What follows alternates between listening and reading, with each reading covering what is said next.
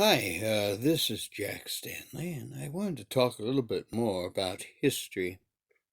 And I figured doing this while I can't really sit there with my eye looking like it does, I don't want to scare people. I wanted to talk about history and teaching history and sharing history. It's so very important, and sadly has been relegated to being in the back seat of the educational process. I find that so often certain aspects of teaching, certain aspects of learning are so forward to what history is relegated to. History is something so very, very important. Because you know something, you have to understand history. You have to understand where we've been. You have to understand where we've been going. And by doing so, you can understand the existence of this country, understand where it's been, where it's going. This is so amazingly important. And if you've got a history teacher worth their salt, you have a treasure. I loved my kids. I treated my kids and made their existence in school as good as possible. I did something really special in my classroom. I had bookshelves that were already in my classroom, and so I brought from my private library, I brought about 800 books dealing with history, going all the way back to the beginnings of the 19th century. Therefore, the kids would have an archive in which to study and look at things so they could work on things. They love this stuff. I used to have kids come up and say, "Can I borrow your biography on John Hay?" I said, "Certainly." And others would come by. And a lot of times certain books I would not let out of the room, but I would let them study it and I would sit there. The kids adored this stuff because they got to touch history, and history became something much more important to them. And I can't emphasize this more than trying to tell people who teach history to not just read from a book, not just show a video. Find artifacts. Let the kids touch the artifact.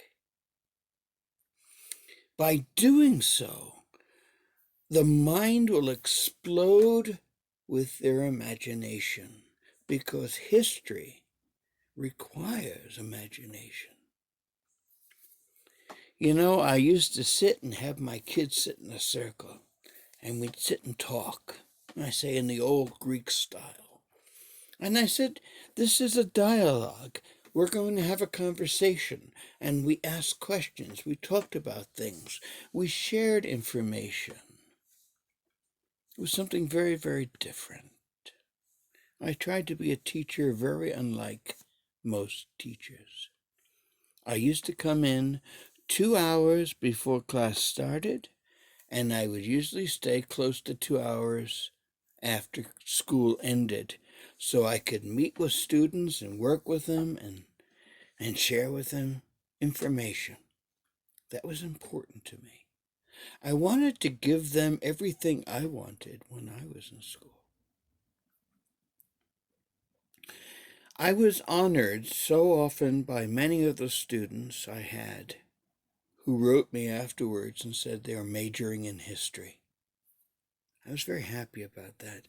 I was very happy to have made a lot of kids interested in current affairs, in history, in the operations of their government. In fact, so many kids wrote to me at the end of the year. They always asked if they would write in my yearbook, and they would say, I wanted to say this was the most fun class I was in. I learned more in this class than anyone. some of the students came and some of the parents came and said, you wouldn't believe how many times the students sit there and talk all about your class. That's what the role of a teacher should be. And it was the greatest honor of my life to do that.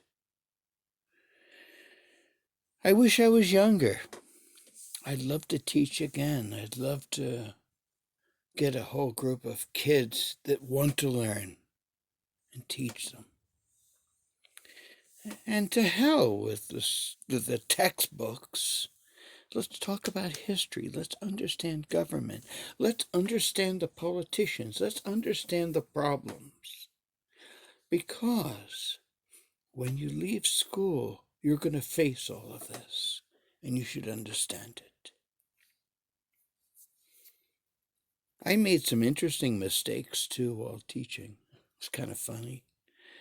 We were talking about the Adams administration and some of the problems in which it encountered. And I said one of the stupidest things done by the Adams administration was the Alien and Sedation Act. Now, I didn't realize I had said that. And the entire class started to roar. And they said, we're going to take a nap now. And I said, why? They said, you said sedation.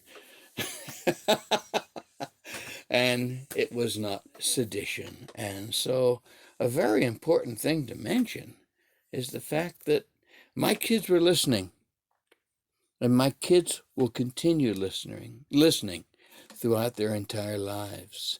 And hopefully, the job of a teacher is to influence people, influence time long beyond the time that you live. And I hope what I did will reach people 100 years hence and maybe more.